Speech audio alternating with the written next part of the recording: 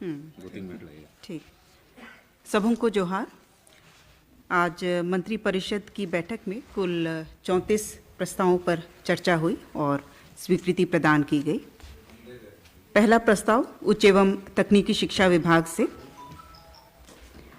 झारखंड वित्त नियमावली की कंडिका 235 को शिथिल कर झारखंड वित्त नियमावली 245 के तहत मनोनयन के आधार पर राष्ट्रीय विज्ञान संग्रहालय परिषद कोलकाता को क्षेत्रीय विज्ञान केंद्र रांची की मरम्मती करने हेतु कुल 28,69,856 रुपये अग्रिम के रूप में दिए जाने की स्वीकृति के संबंध में।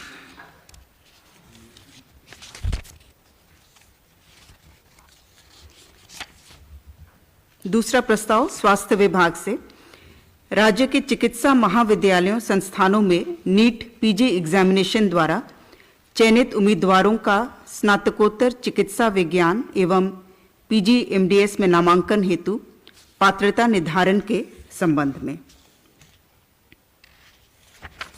इसके तहत पूर्व में ये बाध्यता थी कि जिन छात्रों ने झारखंड राज्य से ही अवस्थित जो चिकित्सा महाविद्यालय संस्थान हैं वहाँ से इन्होंने पढ़ाई की है, सिर्फ उन्हीं की पात्रता थी। लेकिन वर्तमान में झारखंड राज्य के स्थानीय निवासी एवं राज्य सरकार में सेवारत चिकित्सक भले ही वे राज्य के बाहर के चिकित्सा महाविद्यालय संस्थान से एमबीबीएस बीडीएस की परीक्षा उत्तीर्ण हो, वो राज्य कोटा के पीजी सीटों पर नामांकन के पात्र होंगे।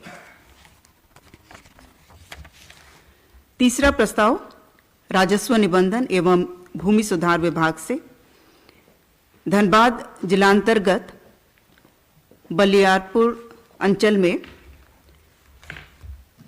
कुल 4.8 एकड़ भूमि कुल देय राशि 10,44,55,994 रुपये की अदायगी पर dedicated freight corridor corporation of India limited को विशेष रेलवे लाइन परियोजना निर्माण हेतु सशुल्क स्थायी भू हस्तांतरण करने के संबंध में।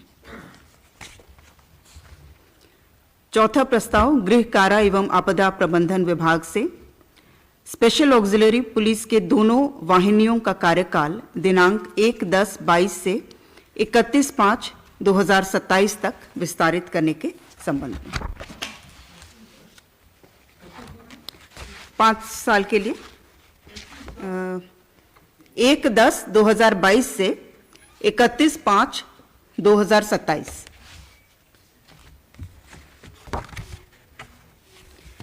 पांचवा प्रस्ताव उच्च एवं तकनीकी शिक्षा विभाग से राजकीय पॉलिटेक्निक आदित्यपुर के नए भवन निर्माण कार्य से संबंधित प्राक्कृत राशि रुपये 27,63,91,300 मात्र की योजना की स्वीकृति के संबंध में।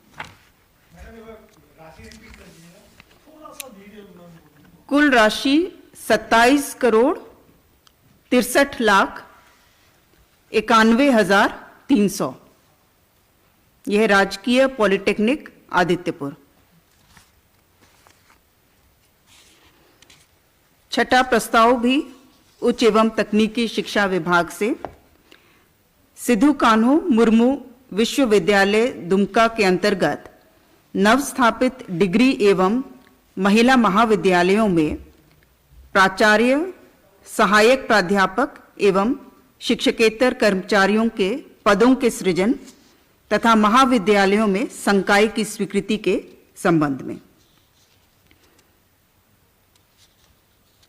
इसमें जो महाविद्यालय शामिल हैं, महिला महाविद्यालय मधुपुर,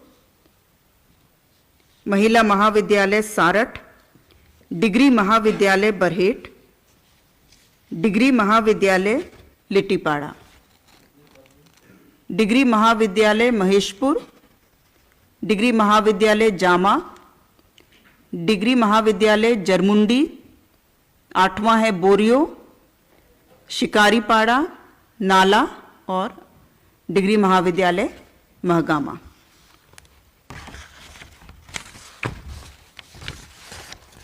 सातवां प्रस्ताव उच्च एवं तकनीकी शिक्षा विभाग से बीआईटी सिंदरी के परिसर में छात्रावास एवं अन्य निर्माण कार्य से संबंधित प्राक्कृत राशि 89 करोड़ 3,23,400 मात्र के योजना की स्वीकृति के संबंध में। स्पष्ट है राशि। 8वां प्रस्ताव विधि विभाग से झारखंड उच्च न्यायालय रांची में उनके प्रशासनिक स्थापना के सुचारू संचालन हेतु 87 राजपत्रित अराजपत्रित पदों के सृजन के संबंध में। 9वां प्रस्ताव पेयजल एवं स्वच्छता विभाग से केंद्र प्रायोजित योजना जल जीवन मिशन के तहत राज्यांतर्गत ग्रामीण क्षेत्रों में बहुग्रामीण एवं एकल ग्रामीण जलापूर्ति योजना के माध्यम से हर घर नल के माध्यम से जल उपलब्ध कराने हेतु योजना अवधि वर्ष 2024 तक लगभग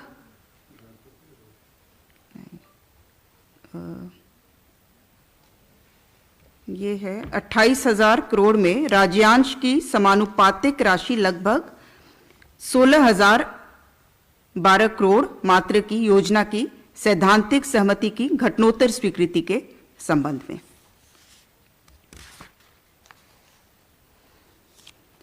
10वां प्रस्ताव ग्रामीण विकास विभाग से ग्रामीण विकास विभाग के अंतर्गत रांची जिलांतर्गत कांके रोड स्थित कृषि निदेशालय के उत्तरी छोर पर पलाश माठ का निर्माण हेतु वित्तीय वर्ष 2022-23 में झारखंड आकस्मिकता निधि से अग्रिम के रूप में स्वीकृत 4,40,15,400 मात्र पर घटनोत्तर स्वीकृति के संबंध में। पलाश माठ इसका निर्माण होगा कांके रोड स्थित कृषि निदेशालय के उत्तरी छोर पर।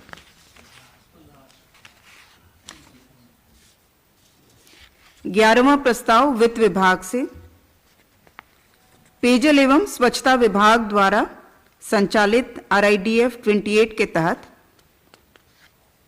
14 ग्रामीण जलापूर्ति योजनाओं के कार्यान्वयन के निमित्त नाबार्ड से 987 करोड़ 66,38,000 रुपए मात्र के ऋण राशि का आहरण करने तथा 20% मोबिलाइजेशन एडवांस के रूप में ऋण राशि उपलब्ध कराए जाने की स्वीकृति।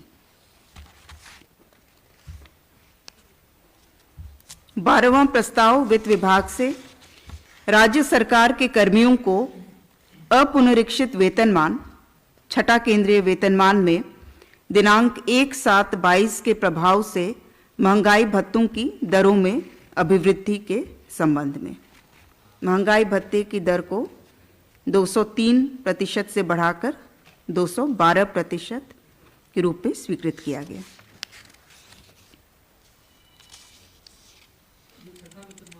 हाँ, ये छठा वाला है। राज्य सरकार के पेंशनधारियों पारिवारिक पेंशन भोगियों को अपुनरीक्षित वेतनमान, यह भी छठा केंद्रीय वेतनमान के अंतर्गत दिनांक 1/7/22 के प्रभाव से महंगाई राहत की दरों में अभिवृद्धि के संबंध में। 14वां प्रस्ताव राजस्व वित्त विभाग से राज्य सरकार के कर्मियों को अपुनरीक्षित वेतनमान पंचम वेतनमान में दिनांक 1/7/22 के प्रभाव से महंगाई भत्ता की दरों में अभिवृद्धि के संबंध में। ये 396% कर दी गई है। पहले 381% था, उसकी अभिवृद्धि करते हुए 396% स्वीकृत किया गया। 15वां प्रस्ताव वित्त विभाग से जल संसाधन विभाग द्वारा RIDF 28 के तहत सिकटिया वृहद सिंचाई परियोजना के कार्यान्वयन हेतु नाबार्ड से 451 करोड़ 61,01,000 रुपए मात्र के ऋण आहरण करने तथा कुल स्वीकृत ऋण राशि का 20% अर्थात 90 करोड़ 32,20,200 रुपए मात्र मोबिलाइजेशन एडवांस के रूप में उपलब्ध कराए जाने की स्वीकृति। 16वां प्रस्ताव श्रम नियोजन प्रशिक्षण एवं कौशल विकास विभाग से वाम उग्रवाद प्रभावित LWE जिलों में युवाओं के कौशल विकास के योजनांतर्गत झारखंड राज्य के वाम उग्रवाद प्रभावित 16 जिलों में अवस्थित औद्योगिक प्रशिक्षण संस्थानों की प्रथम स्थापना हेतु 16 राजपत्रित, 304 अराजपत्रित एवं 176 बाह्य स्रोत पदों यानी कुल 496 पदों के सृजन किए जाने के संबंध में।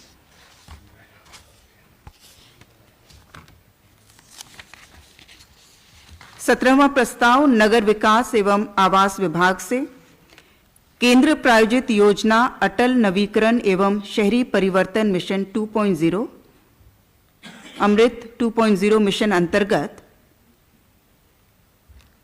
56,281 लाख रुपए की लागत पर तकनीकी स्वीकृति प्राप्त रामगढ़ शहरी जलापूर्ति परियोजना की प्रशासनिक स्वीकृति के संबंध में।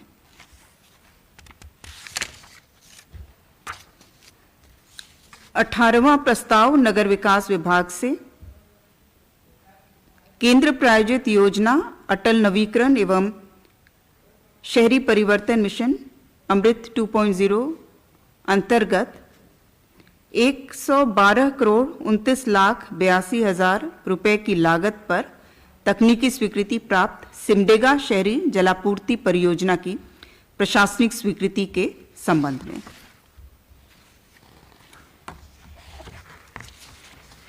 चार बहुत ही महत्वपूर्ण महत्वाकांक्षी नई योजनाएं हैं जिनका विधिवत लॉन्च शुरुआत 15 नवंबर को माननीय राष्ट्रपति महोदया द्वारा स्वयं किया जाएगा।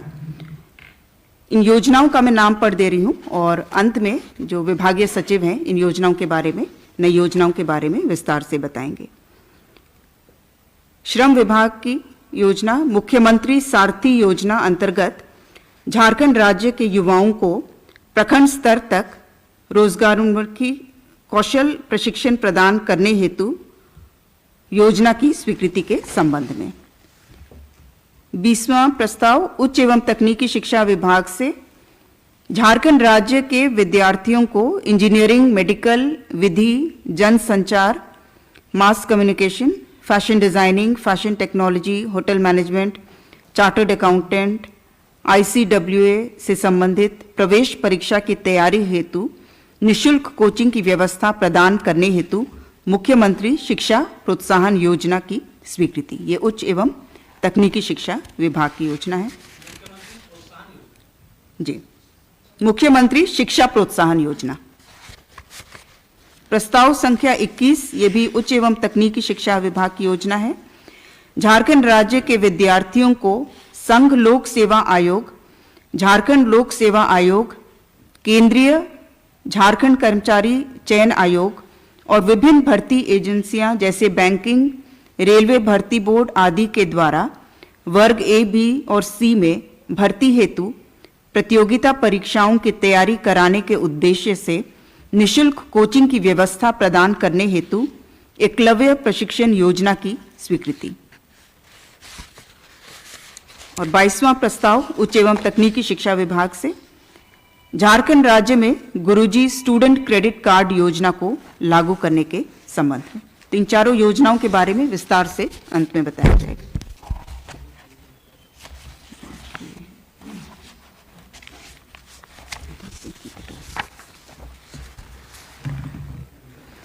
तेईसवां प्रस्ताव राजस्व निबंधन एवं भूमि सुधार विभाग से देवघर जिलांतर्गत पालाजोरी अंचल के मौजा खुन में अंतर्निहित कुल रकबा 33.44 एकड़ भूमि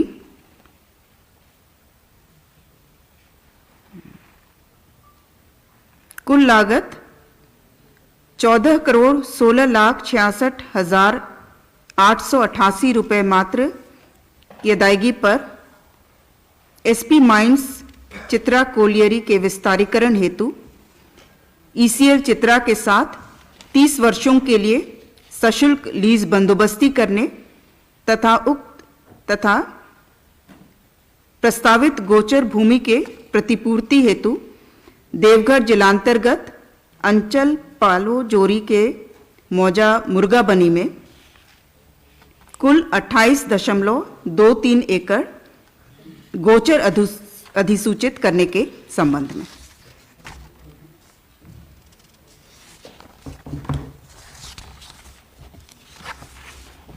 प्रस्ताव संख्या 24 पथ निर्माण विभाग से दुमका जिलांतर्गत रानी घगर गोविंदपुर साहिबगंज पथ पर झगड़ाही गोबस मोड़ शिकारपुर पथ पर कुल लंबाई 15.36 किलोमीटर को ग्रामीण कार्य विभाग से पथ निर्माण विभाग को हस्तांतरित करते हुए चौड़ीकरण, मजबूतीकरण, पुनर्निर्माण कार्य हेतु कुल 56,78,43,100 रुपये मात्र की प्रशासनिक स्वीकृति प्रदान करने के संबंध में। प्रस्ताव संख्या 25 योजना एवं विकास विभाग से झारखंड इकोनॉमिक सर्वे 2022-23 एवं fiscal policy strategy statement and mid term fiscal plan for the year 2023-24 तैयार करने हेतु मनोनयन के आधार पर doctor Harishwar Dayal, associate professor सह हेड ऑफ डिपार्टमेंट अर्थशास्त्र विभाग, सेंट जेवियर्स कॉलेज एवं उनकी टीम को मनोनयन के आधार पर 15,45,000 रुपये मात्र के भुगतान की स्वीकृति के संबंध में। प्रस्ताव संख्या 26 गृह कारा एवं आपदा प्रबंधन विभाग से वर्ष 2022 में मॉनसून का आगमन विलंब से होने के फलस्वरूप फसल आच्छादन में कमी होने के कारण झारखंड राज्य के 22 जिलों के 226 प्रखंडों को सूखाग्रस्त घोषित करने संबंधी निर्गत अधिसूचना की घटनोत्तर स्वीकृति के संबंध में। 226। प्रस्ताव संख्या 27 खान एवं भूतत्व विभाग से मंत्री परिषद की बैठक 30/3/2022 के मत संख्या 12 के तहत पलामू जिला के पंडवा अंचल अंतर्गत लोहारी कोल ब्लॉक के कुल 405 हेक्टेयर में से 126 हेक्टेयर गैर वन भूमि क्षेत्र पर मेसर्स अरण्य माइंस प्राधिकार लिमिटेड के पक्ष में स्वीकृत शर्तों एवं बंधेजों में आवश्यक संशोधन के संबंध में। प्रस्ताव संख्या 28 कार्मिक विभाग से श्री हरिवंश पंडित झारखंड प्रशासनिक सेवा अनुमंडल पदाधिकारी पाकुड़ को माननीय झारखंड उच्च न्यायालय में द्वारा पारित आदेश के आलोक में दिनांक 3/9/2015 के भूतलक्षी प्रभाव से अनुमंडल पदाधिकारी एवं समकक्ष कोटि में वित्तीय लाभ सहित प्रोन्नति प्रदान करने की स्वीकृति। प्रस्ताव संख्या 29 भी कार्मिक विभाग से माननीय उच्च न्यायालय द्वारा पारित न्यायाधीश एवं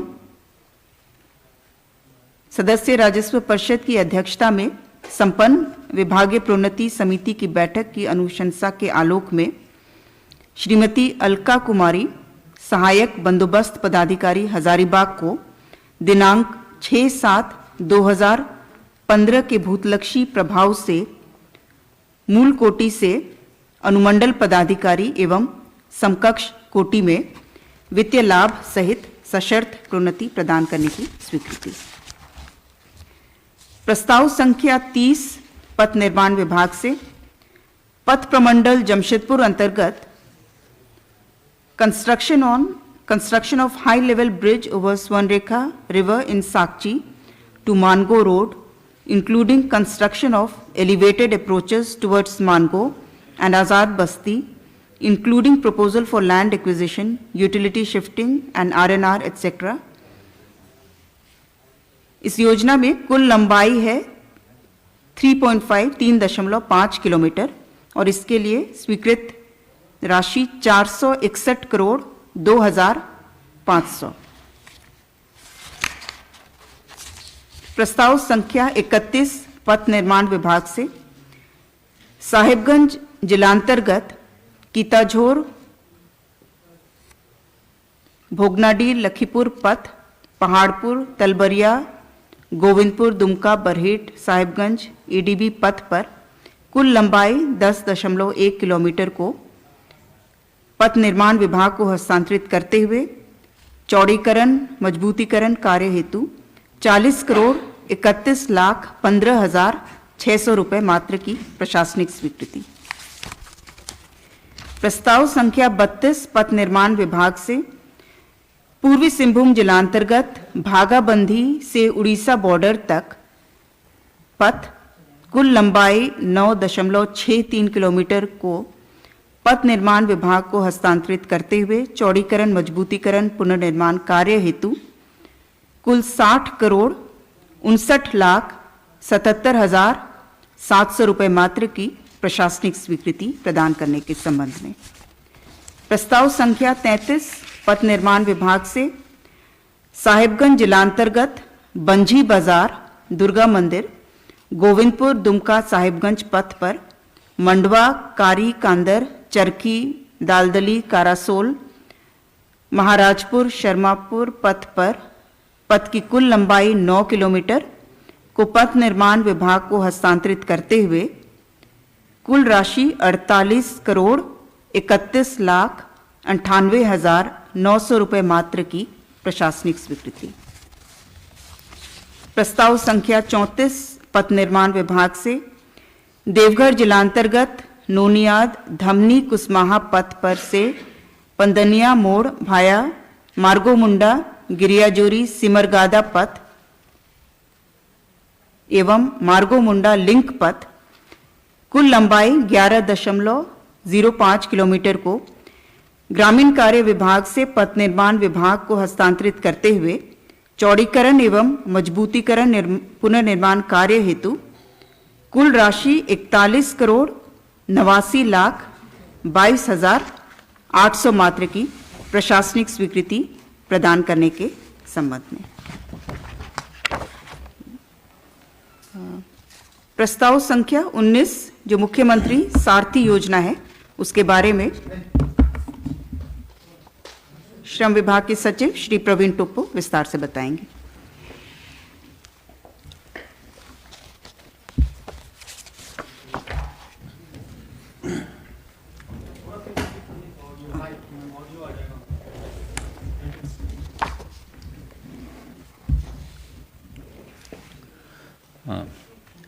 आज मंत्रिपरिषद की बैठक में मुख्यमंत्री सारथी योजना को अनुमोदन किया गया। ये जो झारखंड स्किल मिशन है उसके द्वारा संचालित की जाएगी ये योजना। अभी तक स्किल मिशन के द्वारा जो योजनाएं संचालित की जाती थी वो मुख्यतः 3 थी। सक्षम झारखंड कौशल विकास योजना, दीनदयाल उपाध्याय मेगा सेंटर्स जिसमें कि रेजिडेंशियल ट्रेनिंग दिए जाते थे, और एक एक्सेल प्रोग्राम था जो कि यूनिवर्सिटीज़ के साथ किया जाता था। ये हमारे जो स्किलिंग सेंटर्स थे वो डिस्ट्रिक्ट हेडक्वार्टर तक ही सीमित थे। तो अब इस योजना के द्वारा पहली बार हम लोग ब्लॉक्स तक लोगों को स्किलिंग करने के लिए जाएंगे। और इसमें जो हम लोगों ने मेन ऑब्स्टिकल्स था वो था कि ब्लॉक लेवल पे बिल्डिंग्स जो होते हैं वो नहीं मिल पाते हैं स्किलिंग सेंटर्स के लिए। तो इस योजना में सरकार ने अलाउ किया है कि जो खाली पड़े सरकारी बिल्डिंग्स हैं या वैसे बिल्डिंग्स जो जिनका स्पेयर टाइम में जैसे स्कूल्स हैं उनको ऑफ टाइम में यूज़ किया जा सके, तो उसकी अनुमति दी गई है। और उसके लिए ट्रेनिंग सर्विस प्रोवाइडर्स जो हैं उनको एक फ़ी निर्धारित फ़ी पेमेंट का काटा जाएगा उनके ट्रेनिंग फ़ी से। ये है। और जो ब्लॉक लेवल की ट्रेनिंग्स हैं उसमें हमारे जो NSQF है, नेशनल स्किल क्वालिफिकेशन फ्रेमवर्क, उसके तहत जो लेवल 1, 2 और 3 के ट्रेनिंग्स हैं उस तरह की स्किलिंग दी जाएंगी, जैसे कि carpenter, electricians, sewing machine operators, इस तरह के। तो काफ़ी कोर्सेस हैं जो कि उसमें दिए जाएंगे। इसमें 2 मेजर कंपोनेंट्स को जोड़ा गया है। जितने भी नॉन रेजिडेंशियल स्किलिंग प्रोग्राम्स हैं उनमें ट्रांसपोर्ट अलाउंस 1000 पर कैंडिडेट दिया जाएगा। यह अलाउंस जो आवासीय स्किलिंग प्रोग्राम्स है उसके लिए नहीं रहेगा, गैर आवासीय स्किलिंग प्रोग्राम्स के लिए है। और दूसरा जो मेजर कंपोनेंट है वो है रोजगार प्रोत्साहन भत्ता। हमारे जितने भी लोग स्किलिंग करेंगे और अगर 3 महीने तक उन्हें रोज़गार नहीं मिल पाया तो वैसे लोगों को रोज़गार मिलने तक अथवा 1 साल तक सरकार प्रति माह लड़कों को 1000 रुपया प्रति माह 1 साल तक और लड़कियों को या दिव्यांगों को 1500 रुपये प्रति माह 1 साल तक प्रोवाइड करेगी, या जब तक उनका रोज़गार मिल जाता है, जो भी पहले हो वो देगी। तो ये मेन कंपोनेंट्स हैं मुख्यमंत्री सारथी योजना के।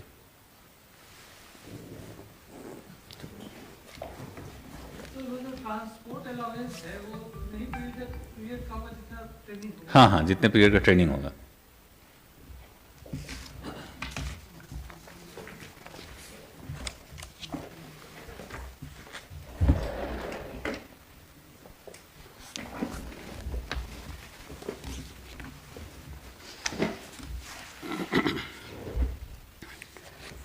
तीन स्कीम्स के बारे में आज हम लोग चर्चा करेंगे। पहली स्कीम है मुख्यमंत्री शिक्षा प्रोत्साहन योजना, दूसरी स्कीम है एकलव्य प्रशिक्षण योजना और तीसरी है गुरुजू स्टूडेंट क्रेडिट कार्ड योजना। तीनों एक तरह से जुड़ी हुई हैं।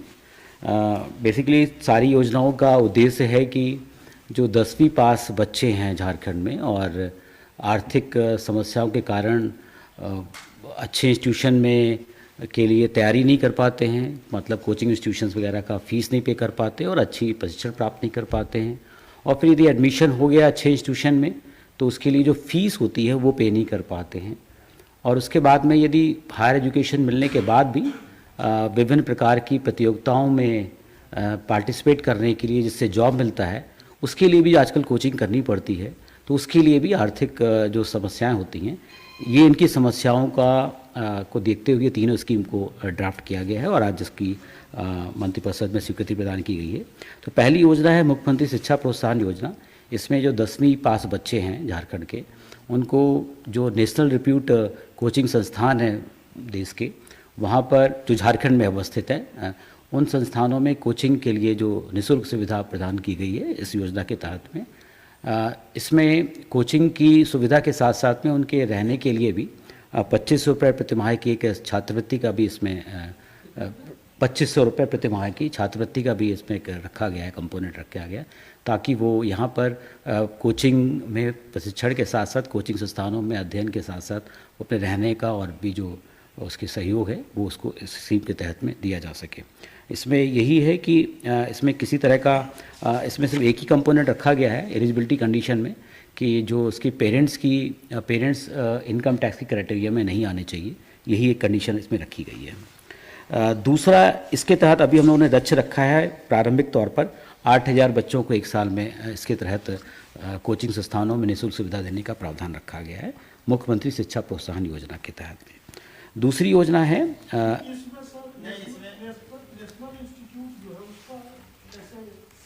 हाँ, इसमें कि एक इसका पैनल तैयार किया जाएगा, अलग अलग जैसे इंजीनियरिंग के लिए हो गया, मेडिकल के लिए हो गया, क्लैट लॉ के लिए हो गया, चौथा है मास कम्युनिकेशन, पांचवा है फैशन डिज़ाइनिंग, छठा है होटल मैनेजमेंट और सातवां है चार्टर्ड अकाउंटेंट और ICWA।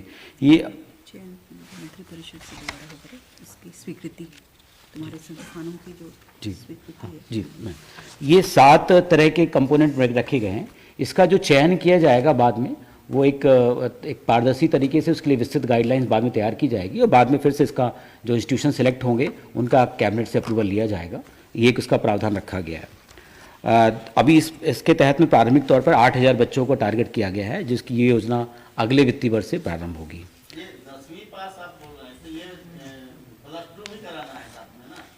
+2 अपना करेगा जिस कॉलेज से करता है। ये कि जैसे आजकल जो इंजीनियरिंग की तैयारी होती है 2 साल पहले करनी पड़ती है। 12वीं के बाद लोग इंजीनियरिंग या क्लैट में या मेडिकल की एग्ज़ाम देते हैं, तो उसकी तैयारी के लिए वो 12th अपना जो भी स्कूल से जो प्रावधान होगा उसके तहत में करेगा। इस कोचिंग में एडमिशन के लिए 10वीं पास चाहिए होगा। कोचिंग संस्थानों में एडमिशन का 2 साल का होता है, कोचिंग प्रोग्राम्स होता है, तो आजकल जो तैयारियाँ होती हैं 1 से 2 साल की होती है, तो उसकी फ्रीडम है वो कब लेना चाहता है, वो 12वीं अपना कहीं से भी कर सकता है, उसका है। उसके हिसाब से कोचिंग संस्थानों में जाने के लिए, जैसे यहाँ पे बच्चे फिटजी जाते हैं, एलन जाते हैं, ब्रदर्स एकेडमी जाते हैं, तो इन सब जो कॉलेज में स्कूल करने के बाद में वो जाते हैं, तो उसमें जो फीस लगेगी वो इसके तहत, योजना के तहत प्रोवाइड की जाएगी। 10वीं से स्टार्ट हो जाएगा, 12वीं के साथ साथ कोचिंग की तैयारी करता है वो। 8,000 बच्चों का एक इंटरेस्ट लिया जाएगा एग्जामिनेशन। जो लोग इच्छुक होंगे फ्री इसमें इस योजना के तहत का लाभ लेना चाहते हैं, उनका एक इंट्रेंस एग्जामिनेशन लिया जाएगा और प्रवेश परीक्षा के थ्रू उनका सिलेक्शन किया जाएगा। और उनको ये दिया जाएगा ऑप्शन कि किस कोचिंग, जो पैनल में हमारे ऑर्गेनाइजेशन से कोचिंग संस्थान है, किस कोचिंग संस्थान से वो कोचिंग करना चाहते हैं, उसमें उनका विकल्प दिया जाएगा और मेरिट के आधार पर उनका कोचिंग संस्थान का और प्लेस का सिलेक्शन किया जाएगा। और इसमें जो 8,000 बच्चों में, इसमें जो झारखंड की आरक्षण पॉलिसी है उसका भी प्रावधान को फॉलो किया जाएगा। दूसरी योजना है एकलव्य प्रशिक्षण योजना। इसके तहत में है कि जो लोग जॉब के लिए अभी प्रारंभिक तौर पर हमने रखी गई हैं, 5 कैटेगरी रखी हुई हैं। यूपीएससी संघ लोक सेवा आयोग की जो परीक्षाएं होती हैं, सिविल सेवा सर्विसेज होती हैं। दूसरा है झारखंड पब्लिक सर्विस कमीशन। तीसरा है बैंक पीओ और बैंक क्लर्क। चौथा है रेलवे भर्ती बोर्ड की परीक्षाएं। और 5वां है कर्मचारी चयन आयोग की जो परीक्षाएं होती हैं। ये 5 कंपोनेंट में जो लोग तैयारी करना चाहते हैं, सेम पैटर्न में जो मैंने मुख्यमंत्री शिक्षा प्रोत्साहन योजना बताई, उसी तरह एकलव्य प्रशिक्षण योजनाओं में भी पैनल तैयार किया जाएगा एक राज्य समिति द्वारा, और उसके बाद में उसको कैबिनेट से अप्रूवल लेने के बाद में, और सेम पैटर्न में उनका भी एडमिशन टेस्ट लिया जाएगा। और जो पहले प्रावधान रखे गए थे, सेम प्रावधान इसमें भी एप्लीकेबल होंगे, लेकिन ये जॉब ओरिएंटेड कोचिंग होगा, जो 2500 रुपये इसमें ही मिलेगा। इसमें रखा गया, हम लोग टारगेट रखा है 27,000 का टारगेट रखा हुआ है जी। तीसरी योजना है जो इन दोनों के बीच की कड़ी है, वो है गुरुजी स्टूडेंट क्रेडिट कार्ड योजना। जब बच्चे का एडमिशन हो गया हायर इंस्टीट्यूशंस में, मेडिकल में, इंजीनियरिंग में, और उसकी जो फीस देने की प्रॉब्लम होती है या रहने की जो कॉस्ट होती है, उसमें जो परेशानियों का सामना करना पड़ता है, ये बैंक के माध्यम से स्कीम है जिसमें क्रेडिट कार्ड दिया जाएगा हर बच्चे को। और इसमें मैक्सिमम लिमिट है 15 लाख रुपए की लिमिट रखी गई है कि 4 साल का जो प्रोग्राम होगा, जो 3 साल का, जो भी हर एक अलग कोर्स का अलग अलग तरह का पाठ्यक्रम का प्रोग्राम होता है, बट इसमें जो प्रावधान रखा गया है कि इस योजना के तहत में मैक्सिमम 15 लाख रुपए का क्रेडिट दिया जाएगा इसमें।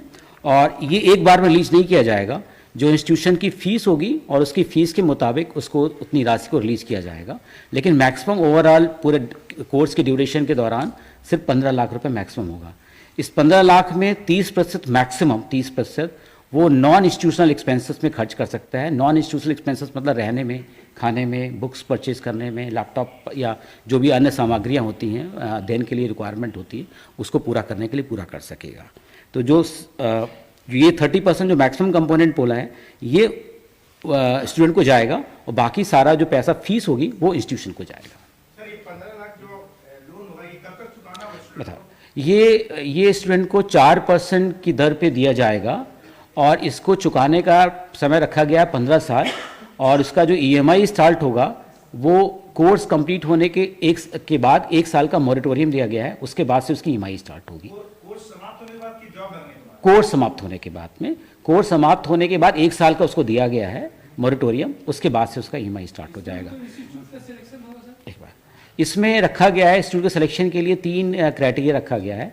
या ओवरऑल जो NIRF की रैंकिंग होती है इंस्टीट्यूशन में सिलेक्शन, उनकी 200 तक के अंदर में होना चाहिए, या डोमेन में लाइक इंजीनियरिंग में या डेंटल में या मेडिकल में या लॉ के अंदर में पर्टिकुलर डोमेन में उसकी रैंकिंग 100 के अंदर होनी चाहिए, या NAC का जो होता है ग्रेडिंग, उसमें A की श्रेणी में या उससे ऊपर की श्रेणी में होगा। तो उस तरह के इंस्टीट्यूशन में ही इसका लाभ दिया जाएगा। इसमें है कि जो संस्थानों का चयन होगा उसका ओवरऑल जो रैंकिंग होती है, यूनिवर्सिटी की, कॉलेज की ओवरऑल जो रैंकिंग होती है, जो NIRF निकालता है, उसके NIRF, तो इसके तहत में ओवरऑल 200 तक का रैंक में जो आएगा ऐसे इंस्टीट्यूशन होंगे। अथवा यदि डोमेन स्पेसिफिक लाइक इंजीनियरिंग की अलग रैंकिंग होती है, मेडिसिन की अलग रैंकिंग होती है, उसके तहत में भी NIRF की रैंकिंग होती है, उसके तहत में 100 के अंदर होगा। अथवा NAC की ग्रेडिंग होती है, NAC की ग्रेडिंग में A और B, C भी आता है, लेकिन इसमें A या A+ होगा। इस तरह के संस्थानों का चयन किया जाएगा। तीनों अथवा में और में है, एक साथ मिला के नहीं है।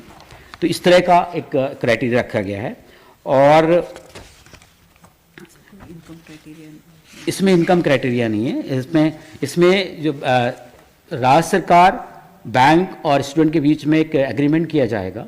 जो 4% का देना होगा, जो बच्चों को क्रेडिट कार्ड मिल रहा है उसको पे करना, उसके हिसाब से देना पड़ेगा। बाकी जो बैंक का लेंडिंग रेट है और जो 4% का जो स्टूडेंट को पे करना है, उसके बीच का जो गैप है 6 to 7% के आसपास आएगा, वो सरकार सब्सिडी इंटरवेंशन के रूप में देगी। और इसमें सरकार को गारंटी देना होगा कि यदि बैंक अपने नॉर्म्स के अनुसार उसका रिकवरी करेगा, इन केस बैंक रिकवरी नहीं कर पाता है तो उस केस में राज्य सरकार को उसका भार लेना पड़ेगा। Thank you.